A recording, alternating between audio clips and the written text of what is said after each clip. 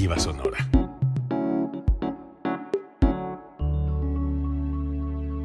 Código Libre.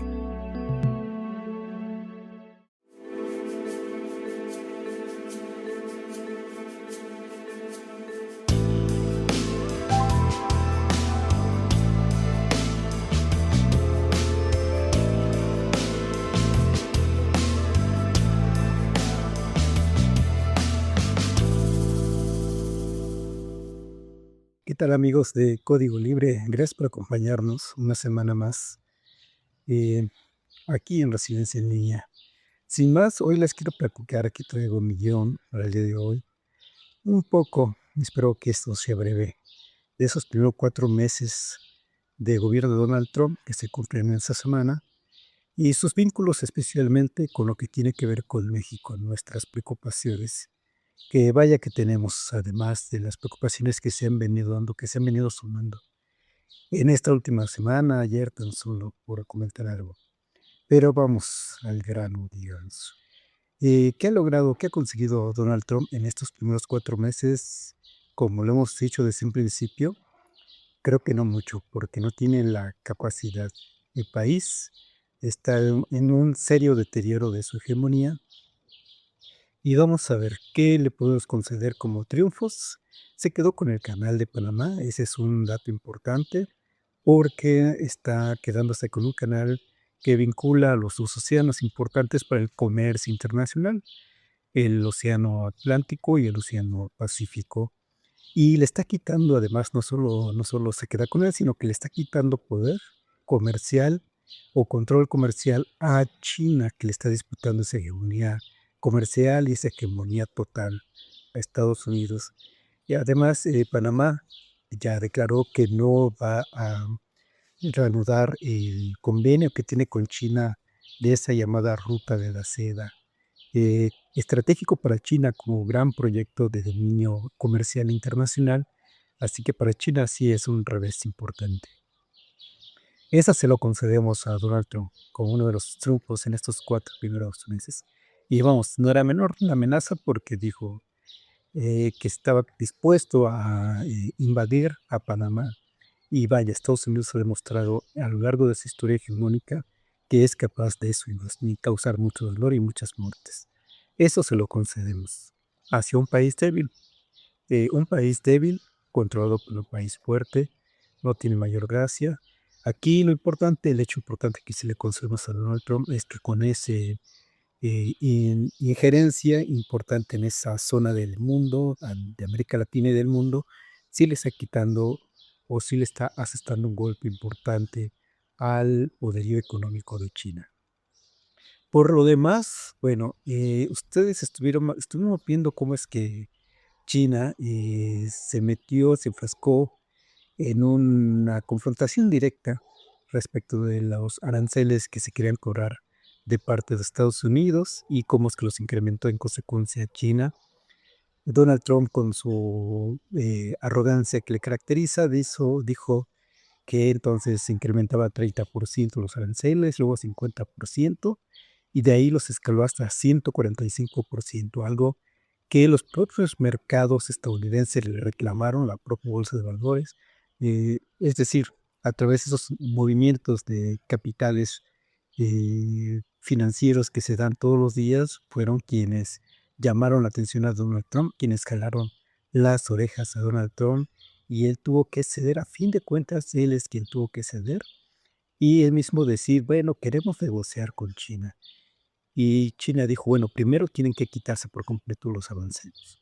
Y a fin de cuentas, me parece que quien cedió, en primer lugar, fue Estados Unidos, fue Donald Trump, porque no había manera de sostener aranceles tan altos. Después él mismo dijo, bueno, van a ser aranceles, pero no tan altos. Pueden bajar al 80% y a fin de cuentas, ¿en cuánto queda? El 30% de productos hacia China, 35%. Y los productos estadounidenses que entran a China quedan con un 10%.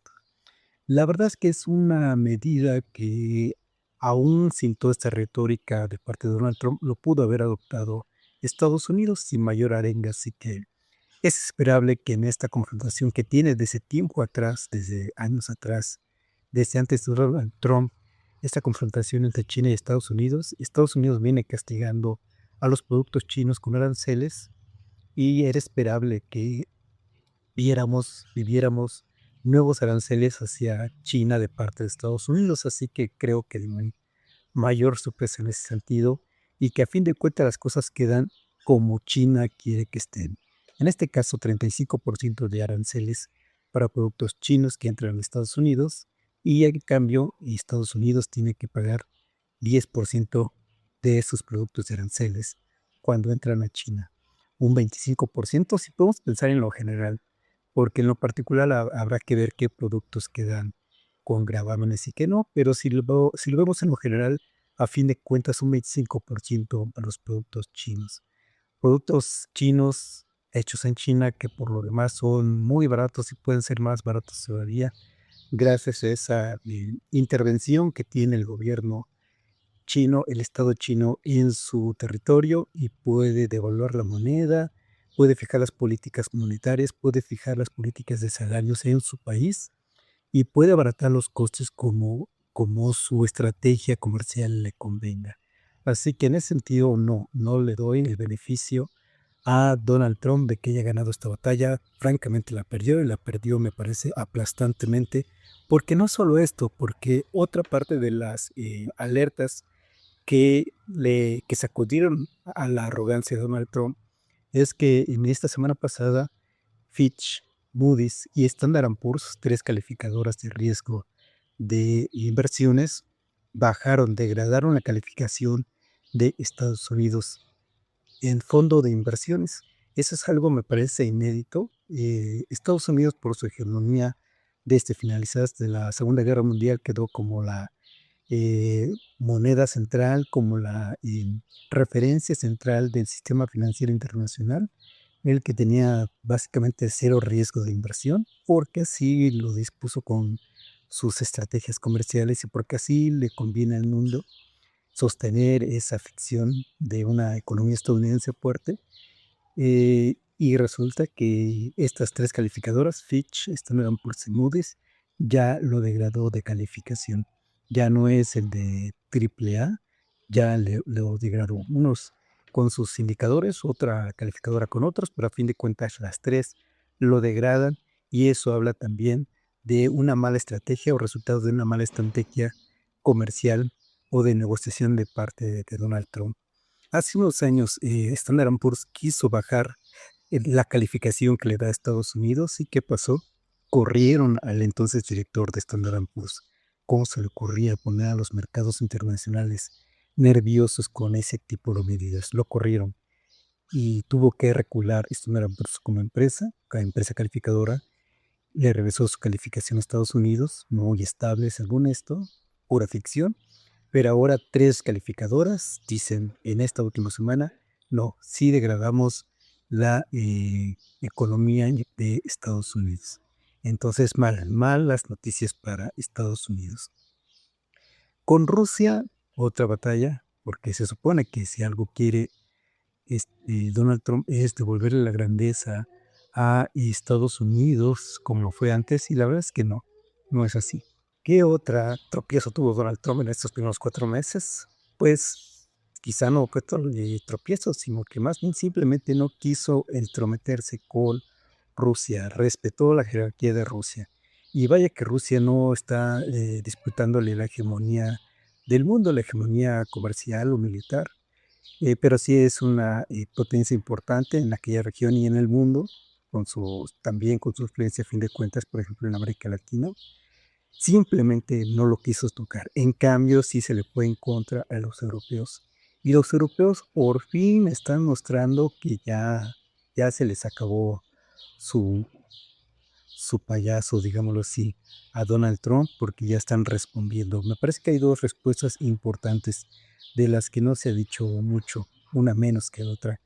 La primera y de manera directa, en el día de ayer, antier, hemos estado viendo, en esta semana hemos estado viendo cómo es que por fin Europa junta, 20 países al menos firmaron una carta dirigida, un pronunciamiento dirigido al genocida Benjamín Netanyahu, primer ministro de Israel, para que termine todo el asedio que tiene en contra de la población palestina, que tienen que mejorar las condiciones humanitarias en Palestina, en la Franja de Gaza, y que si no, ya están considerando, dicen estos países europeos, encabezados por Alemania y por Francia, que si no están considerando reconsiderar los acuerdos comerciales que se tengan con Israel.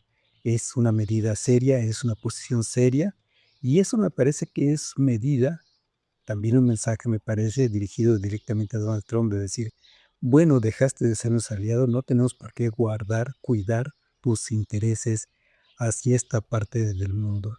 Tu aliado, lo sabemos, es Israel, le están diciendo los europeos a Donald Trump, y por qué lo vamos a seguir protegiendo y cuidando. El mismo Israel tiene que cuidar las formas, tiene que cuidar los impactos humanitarios que está generando por su genocidio, esa palabra no la dicen ellos, eh, pero a fin de cuentas están protestando por los niveles de alta eh, eh, peligrosidad que tiene las medidas de Israel en contra de la población palestina. Eh, a fin de cuentas es un genocidio lo que están llevando a cabo y por fin los europeos están diciendo, ya te tienes que calmar, le dicen a Netanyahu, o va a haber consecuencias comerciales, que es por el medio por donde pueden estar pidiéndole a Israel que termine precisamente con esas medidas despiadadas que está llevando a cabo en contra de el pueblo de Palestina. Y es que no contento con toda la masacre, toda la destrucción que se dio en la primera parte, en el primer año de guerra, con el primer año de genocidio de Israel hacia la Franja de Gaza, en esta última semana Israel recrudeció sus ataques. Y bueno, me parece que los europeos están diciendo, le están diciendo a Donald Trump, ya no quieres ser nuestro socio, está bien, nosotros no tenemos por qué cuidar tus intereses en esta parte del mundo y que se las arregle solo Israel. Ese es el mensaje. Y bueno, según parece está por fin dejando entrar Benjamin Netanyahu o Israel ayuda humanitaria a la Franja de Gaza, pero todavía es insuficiente. La propio Reino Unido como nación, como Estado, por separado, porque no es parte de la Unión Europea, por separado anunció que suspende las negociaciones comerciales con Israel hasta que éste no muestre seriedad en el trato humanitario hacia la población de Gaza, de la Franja de Gaza. Así que son medidas muy serias, mensajes muy serios de la Unión Europea hacia Estados Unidos. El otro mensaje menor, con menor impacto, en medios nacionales, internacionales y con menor impacto para el propio Estados Unidos es que, pero a fin de cuentas importante, es que también en conjunto la Unión Europea, aquí lo importante es que es en conjunto toda la Unión Europea, dicen que entonces van a incrementar los aranceles hacia Estados Unidos en función o de manera recíproca, en función del incremento que Estados Unidos quiere estar incrementando sus aranceles. Eso fue ya hace un tiempo, unas 2 semanas, 3 semanas, y lo que estamos viendo a fin de cuentas es que Donald Trump se está olvidando en últimas semanas, últimos tiempos, de su retórica de estar incrementando aranceles. En cambio, me parece que dejando la retórica absurda que no le llevó a nada más que hacer el ridículo, en cambio, digamos que se tuvo que poner a trabajar porque ahora por fin salió una primera gira internacional para precisamente hacer lo que le preocupa a los estadounidenses, hacer negocios a nombre de los propios estadounidenses. Y entonces sabemos que fue a Qatar y que fue a Arabia Saudita para estar cerrando acuerdos comerciales. También sabemos del escándalo que se dio con que la familia real de Qatar le quiere regalar un avión, imagínense ustedes, al presidente Donald Trump. Se supone que al Departamento de Justicia de Donald Trump, eh, de Estados Unidos, pero en realidad, pues el propio Estados Unidos sabe que no puede recibir eh, un regalo tan ostentoso, pero Donald Trump dice que sí lo aceptaría, que sería muy tonto no aceptar.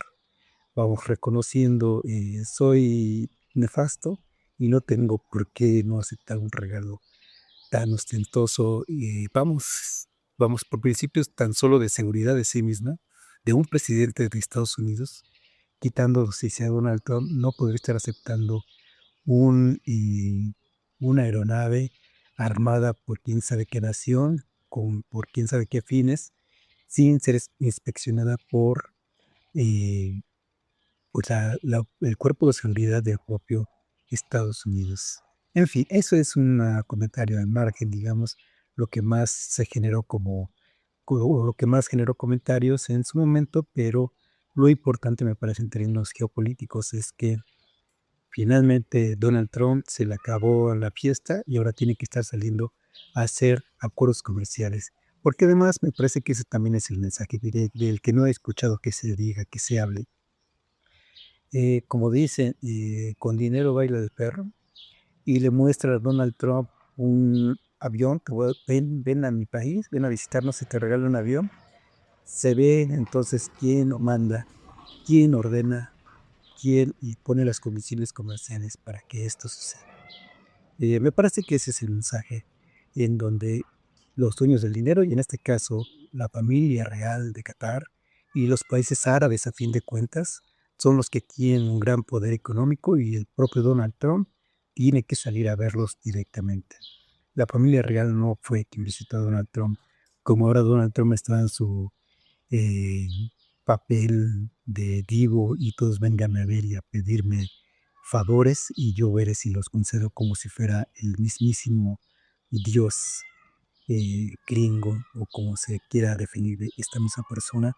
Resulta que no, que tuvo que salir a trabajar, a hacer lo que los presidentes hacen en alta instancia, tal como lo ha hecho el resto de naciones cotidianamente, como lo hacen hacer negocios. Y un ejemplo lo da el propio país de China, porque por su parte China sigue con su estrategia. Cuando empezó estas medidas absurdas de parte de Donald Trump, China dijo, no estaríamos mucho mejor que ahora, no estamos mejor que en estos momentos. Porque mientras Estados Unidos, a través de su presidente, está haciendo el ridículo, China continúa expandiendo sus relaciones comerciales con todo el mundo. Lo vimos en su momento, como es que hubo un acercamiento con Japón, imagínense ustedes, donde hubo conflicto armado entre ellos dos en el siglo XX, principios del siglo XX también. Y con Corea del Sur, vamos, esa criada China, Corea del Sur, Japón, inimaginable, inimaginable hasta que llega este personaje, Donald Trump, y les dice, le pone la mesa servida a China para que empiece a ampliar sus lazos comerciales. No solo eso, sino que la semana pasada también se reunieron los presidentes, directamente los presidentes, no los jefes de comercio de cada nación, sino directamente los presidentes de la CELAC. La CELAC, déjenme recordarles que es la Comunidad de Estados Latinoamericanos y Caribeños. Particularmente llamó la atención que estuvieron presentes los presidentes de Brasil, de Chile y de Colombia. Los tres además muy abiertos al comercio con China, más los países de la CELAC en su conjunto, visitando al presidente de China en su territorio para decirles, nosotros sí queremos negociar con ustedes, siempre hemos querido negociar con ustedes, ya no confiamos y nunca hemos confiado de Estados Unidos y ahora menos con su presidente. Entonces, haciendo una evaluación general del gobierno de Estados Unidos, dirigido por Donald Trump, pues la verdad es que no veo ninguna balanza a favor de Donald Trump, más que se mete con los países débiles, más que se mete con las personas débiles. Esos son los migrantes y esa es una cobardía, porque migrantes que no se pueden defender de la arrogancia, del poder que le ejerce el Estado a medidas inhumanas que está generando Donald Trump. Yo no veo que se lo pueda aplaudir a Donald Trump en estos primeros 4 meses. Ya veremos más adelante, pero en estos primeros 4 meses no veo que se le pueda aplaudir.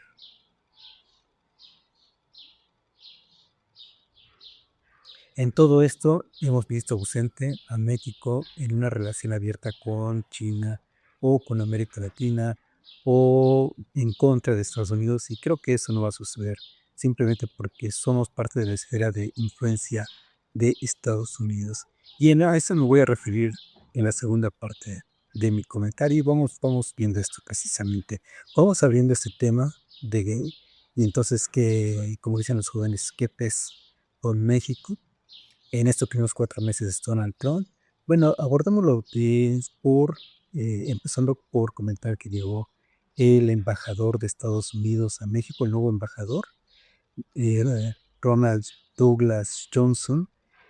Bueno, y se ha hablado ya de él, 20 años en la Agencia Central de Inteligencia, la CIA, eh, promoviendo desestabilización en algunos países. Actualmente, eh, actualmente es el nuevo embajador de Estados Unidos en México. Ya se reunió con la presidenta Claudia Sheinbaum para lo que se dice presentar sus credenciales, pero fue una ceremonia no exclusiva para él, fue una ceremonia en donde también estuvieron presentando sus credenciales el país de Argelia, Colombia o los embajadores de Argelia, Colombia, República Dominicana y Eslovaquia. Estas repúblicas presentaron a sus embajadores en México, oficialmente presentados, junto con el embajador de Estados Unidos. Vamos, Estados Unidos no recibió la fotografía exclusiva del paquete de la presidenta, sino que fue una ceremonia conjunta con estos otros embajadores. Y me parece bien. Vamos, es que esas cosas de repente no sé por qué no se comentan con ese énfasis. Se comentan más precisamente de todo lo malo que se gobierna en México, en todo lo malo que le va a ir a México con Donald Trump, en todo lo malo que le va a ir a México con este nuevo embajador, Douglas Johnson, en fin, pero no estas cosas que son también importantes. Lo que sí acompaña a este nuevo embajador es algo importante y preocupante. Es una serie importante hacia México en diferentes frentes. Para empezar, este señor, un nuevo embajador, Ronald Douglas Johnson, resulta que aceptó ir a una cena del señor Eduardo Verástegui, es el presidente de México. Espero que ni en sus sueños, porque solo representa los intereses de Estados Unidos y solo representa un proyecto ultraderechista y tendido incluso al racismo. Ese mismo personaje, Darro Brasegui, ha dicho que nos merecemos el trato que nos ha dado de Estados Unidos. Es simplemente un idiota. Pero resulta que va con mucho gusto este nuevo embajador a esa cena con este señor, muy contentos los dos con fotografías, compartiendo fotografías del acercamiento que están teniendo a fin de cuentas que las derechas, los proyectos de derecha de Estados Unidos y de México hermanándose en esa reunión. Pues este señor puede reunirse donde quiera, las veces que quiera, pero llama la atención que después de reunirse con la presidenta, una de sus siguientes reuniones importantes para él es que me reúno con uno de los representantes de la derecha más y absurda, ridícula que tiene México, con ese señor Verástegui. Pero siempre y cuando cumpla o huye de los intereses de Estados Unidos, para mí está bien. Así estaba lanzando su mensaje este nuevo embajador, Ronald Douglas. No solo eso, entonces este señor se reúne con la derecha mexicana, a fin de cuentas. Además, sale una nota salida de la propia Embajada de Estados Unidos diciendo que agentes especiales de seguridad nacional están operando en México, agentes de la ICE, de Investigación de Seguridad Nacional de Estados Unidos, que están operando en México. Eso ya desde luego se desmintió, pero también están ahí con el asedio de que están ya intentando intervenir militarmente hacia México. Ese es parte del asedio, parte del asedio también el retiro de visa de Estados Unidos a la gobernadora de California.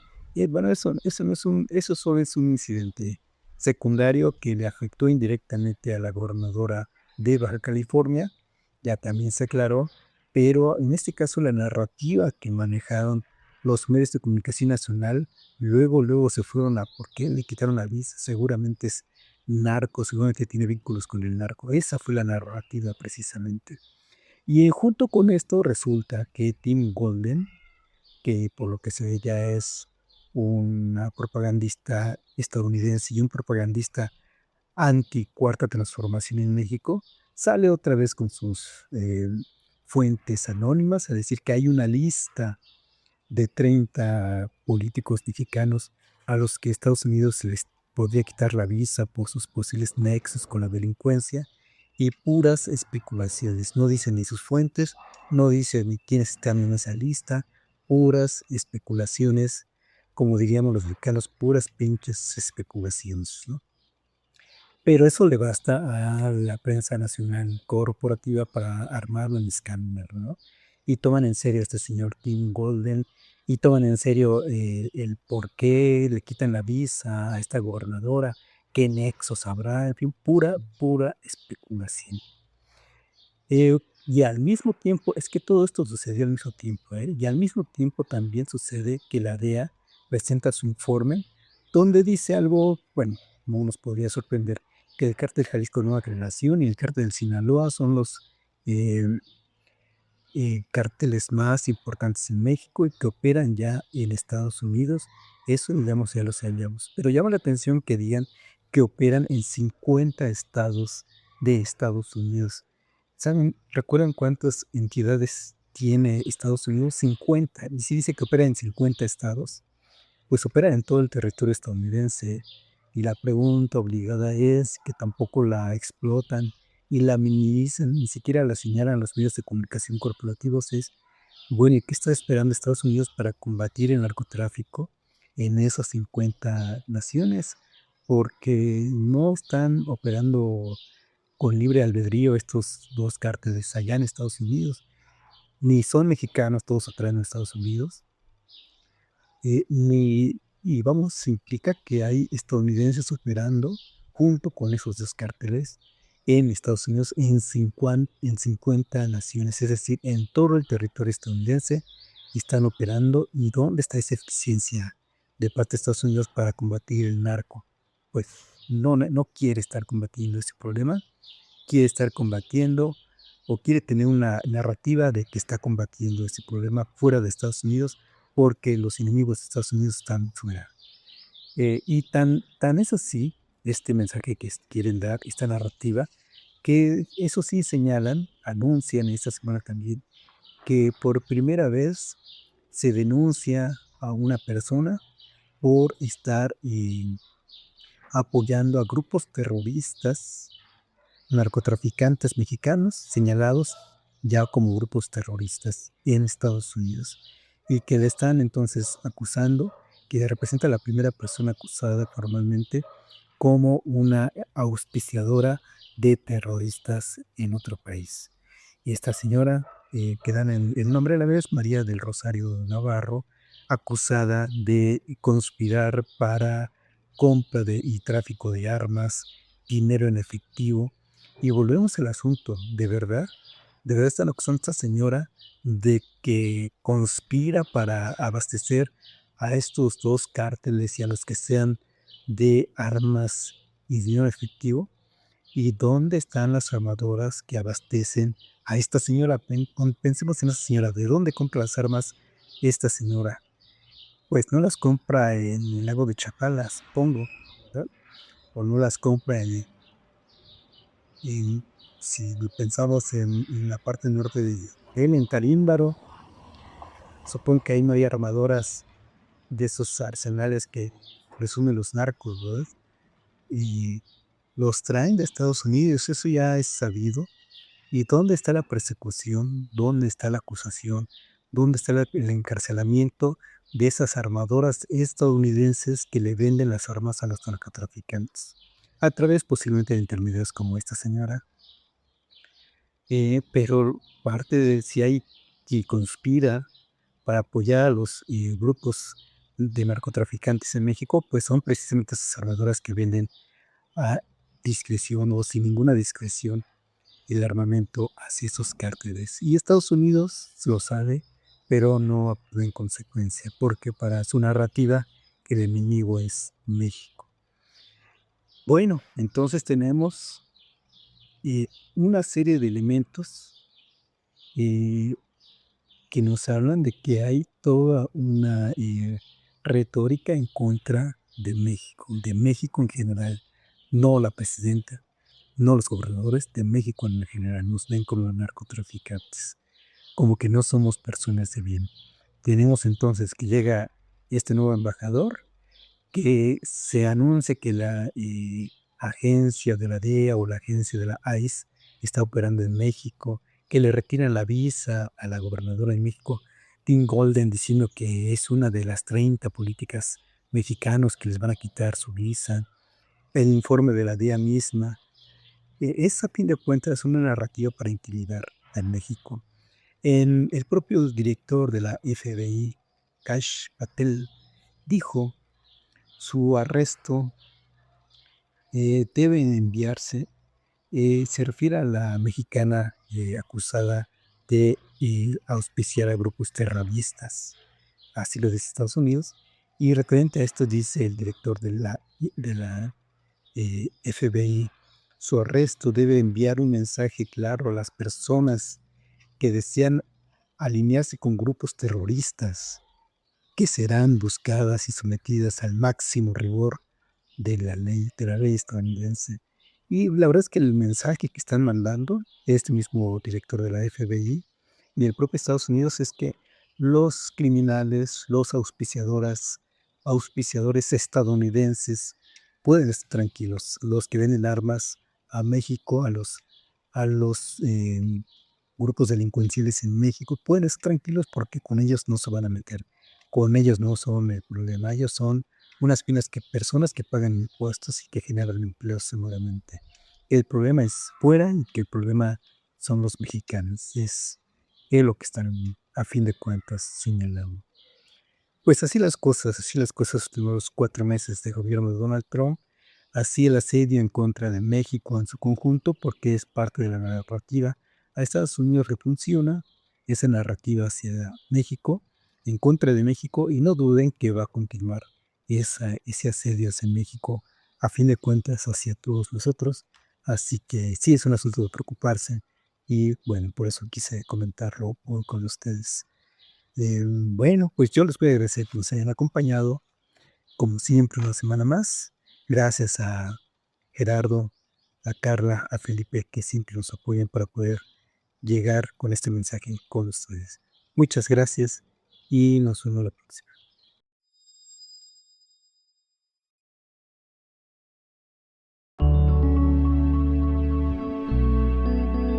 Código Libre.